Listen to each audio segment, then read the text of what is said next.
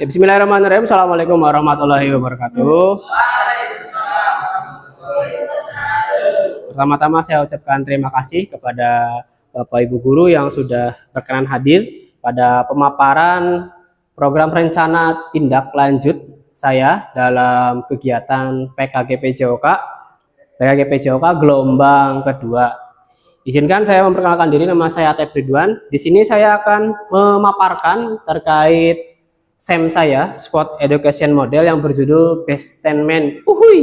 Jadi ini salah satu bentuk model modifan pembelajaran olahraga yang insya Allah nanti saya akan terapkan pada pembelajaran.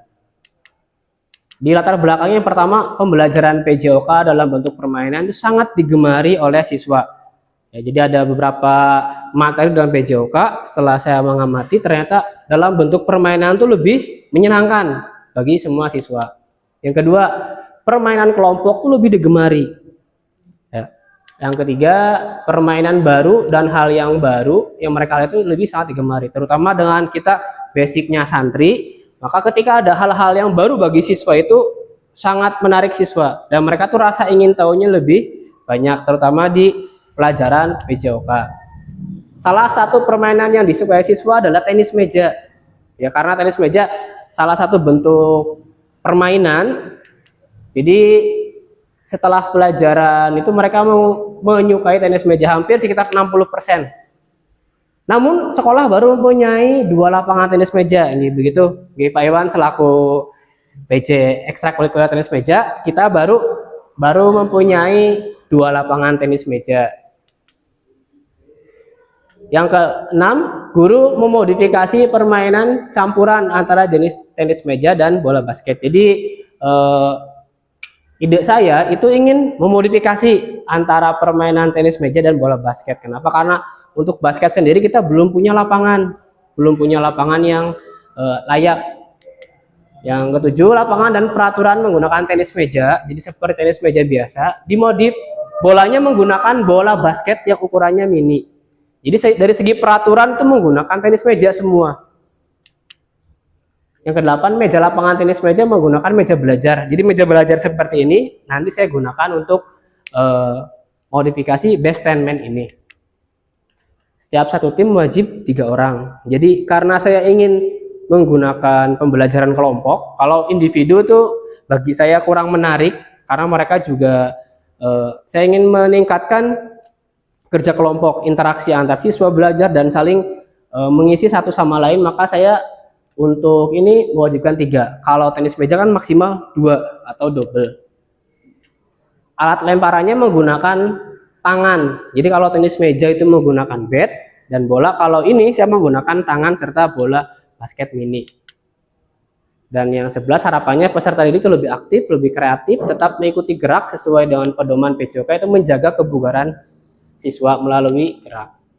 Adapun untuk tujuannya, tujuan rencana tindak lanjut ini untuk menciptakan lingkungan pembelajaran yang lebih inklusif, menciptakan keterampilan siswa dalam permainan bola voli, serta menanamkan nilai-nilai positif melalui aktivitas PJOK. Jadi saya ingin meningkatkan pembelajaran itu yang kreatif, inklusif, jadi bisa menyesuaikan dengan apa adanya alat itu, jadi sehingga guru tidak keterbatasan dalam merangkai pembelajaran. Tentunya kita juga untuk meningkatkan yang pertama fisik, mental, dan sosial siswa. Makanya kenapa saya mengajak guru sosiologi juga, sehingga nanti ketika pas pelaksanaan kita bisa berkolaborasi gitu Pak. Capaian dan hasil belajarnya, yang pertama menciptakan pembelajaran inklusif seperti yang tadi yang saya sampaikan. Jadi pembelajaran itu bagi semua siswa adil, bagi putra maupun putri, tidak terjadinya perbedaan. Harapannya itu siswa berperan aktif dalam pembelajaran. Terlebih kita lingkungannya SMA itu jenjang sekolah menengah paling tinggi. Harapannya ketika pembelajaran kita harus tetap pembelajaran berpusat pada siswa, sehingga yang sesuai dengan pembelajaran lebih berperan aktif, sehingga guru sebagai motivator, sebagai evaluator dalam pembelajaran. Menciptakan permainan siswa melalui tenis meja dimodif seperti yang tadi. Jadi saya dengan keterbatasan yang ada, bukan menjadikan saya harus menghilangkan materi tersebut, enggak. Jadi saya ingin berusaha memodifikasi permainan itu melalui tadi Best Ten Men.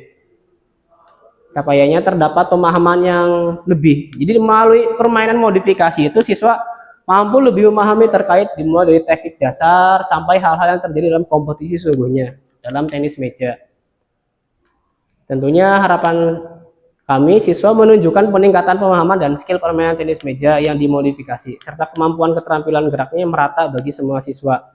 Dengan adanya lapangan tenis meja yang dua, kalau ada yang dua dimodifikasi, semisal menggunakan meja yang tadi, kemungkinan ada 4. Jadi kalau dalam satu lapangan itu ada 6, berarti kalau 2 lapangan ada 12. Sehingga yang 2 menggunakan tenis meja yang asli. Sehingga pembelajaran anak lebih banyak aktif bergerak dan tidak ada siswa yang menunggu.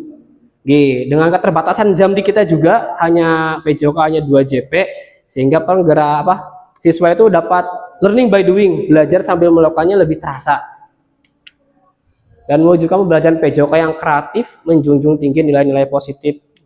Jelas ya, seperti sportif, jelas dalam olahraga wajib ada tanggung jawab dan disiplin. Adapun langkah-langkahnya, yang pertama menerapkan metode kerja kelompok. Makanya di awal tadi setiap permainan itu wajib menggunakan 3. Satu tim itu 3, berarti dalam satu lapangan ada 6. Yang kedua, memberikan pemahaman dan latihan rutin. Jadi sebelum nanti saya memberikan ada sebuah kompetisi, saya memberikan arahan dulu kepada siswa. Mau ngapain, dimulai dari pelatihan, pemahaman sampai ke perkembangannya. Dan terakhir, mengintegrasikan aspek fisik, mental, dan sosial serta nilai-nilai aktivitas olahraga seperti sportif. Selanjutnya untuk struktur rekan sejawat dalam komunitas belajar, saya mengikut sertakan guru bahasa Indonesia dulu berkaitan dengan materi kemampuan menulis. Jadi kenapa saya membawa guru bahasa Indonesia? Karena untuk menulis refleksi laporan tentang pengalaman mereka. Jadi ketika dalam pembelajaran mereka merangkai menulis. Jadi hasilnya apa yang dicapai dalam permainan yang dimodifikasi. Terus ada guru TIK. Jadi guru TIK itu saya kerjasama untuk dokumentasi serta editing video. Jadi setelah yang lain praktek, jadi ada beberapa siswa yang saya tugaskan buat membuat video, buat syuting. Sehingga guru TIK saya libatkan. Untuk kapasitasnya, yang pertama ada sumber daya manusia, dimulai dari peserta didik. Jumlahnya yang memadai. Yang ketiga, memiliki karakteristik yang beragam. Finansial yang dimiliki oleh sekolah. Dan terakhir, fisik yang terdiri di lapangan dan kelas yang layak digunakan. Alhamdulillah, meja setiap kelas ada. Pasar pras ada semua. Sehingga nanti bisa digunakan. Dan nanti kalau semisal dalam keadaan hujan, itu nanti bisa menggunakan banner. Jadi alasnya jadi si mejanya tidak kotor. Jadi kalau sudah selesai pembelajaran, bisa dimasukkan ke kelas kembali. Untuk rencana evaluasinya, pertama melakukan observasi langsung selama pelaksanaan untuk mengatasi keterlibatan siswa dan interaksinya. Terus mengedarkan kuesioner. Jadi setelah pelaksanaan kegiatan itu nanti siswa diberikan sebuah angket terkait apa yang mereka rasakan dalam sebuah permainan tersebut. Dan terakhir melakukan wawancara dengan beberapa siswa. Jadi selain angket yang saya buat, juga saya bertanya kepada siswa terkait apa yang mereka dapatkan terhadap pembelajaran yang bermodel SEM yang tadi. Terus yang terakhir menyusun laporan tertulis merangkum dari observasi terkait masalah penampilan keterampilan, kuesioner, wawancara, serta diskusi kelompok. Adapun dalam ini saya menyadari beberapa tantangan. Yang pertama, peserta didik memiliki tingkat keterampilan dan kemampuan fisik yang beragam. Jadi tidak semua peserta didik di sekolah kita itu mempunyai fisik yang bagus. Beragam, dimulai dari ada yang bahkan dari yang tingkat bawah, menengah sampai ke atas. Nah, ini menjadi sebuah tantangan. Takutnya nanti anak tidak bisa mengikuti pembelajaran sampai selesai. Dan kedua, tidak semua peserta didik memiliki minat yang tinggi. Saya yakin semua peserta didik juga hampir tidak semuanya suka terkait masalah tenis meja. Dan terakhir, menanamkan nilai sportivitas. Nah, jadi kadang ada yang berlaku curang atau pengen memilih temannya itu yang bisa sehingga mendapatkan sebuah kemenangan, ada juga. Silakan dari pemaparan yang tadi mungkin ada saran atau masukan dari Bapak Ibu terkait rencana tindak lanjut saya. Ada pertanyaan? Oke, deh. Tidak. Sambun? Enggak ada lagi. Monggo Pak Iwan. Ya, terima kasih. Mungkin saya menyarankan ada gambar-gambar tenis meja juga sedikit banyak ditampilkan. Nggih. Itu kan dari tadi lihatnya basket, ring basket, Iya. sama pemain basket profesional. Ini ya. Boleh iya. Nggih, nggih. Siap. Nanti Terus mejanya berapa kali yang dipakai?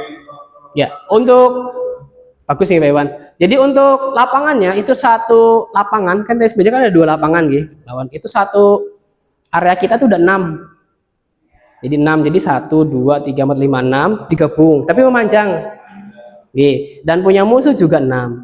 Seperti itu. Dan semisal batas outnya tetap sama seperti tenis meja. Kena sedikit pun masuk. Seperti itu.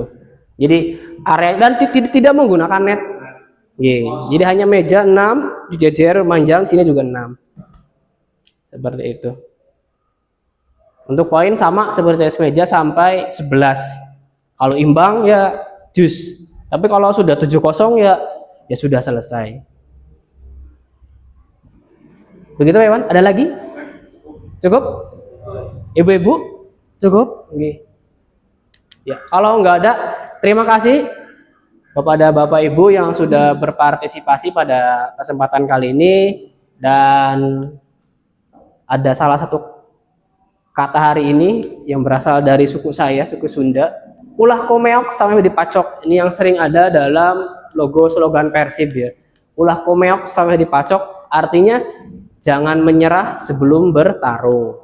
Seperti itu. Jadi ulah komeok sampai dipacok. Ayam sering macokin seperti itu. Jadi ini yang saya jadikan slogan. Pokoknya selama belum merasakan itu positif, negatif, pahit, manisnya dicoba aja. Ya, itu prinsip orang Sunda seperti itu.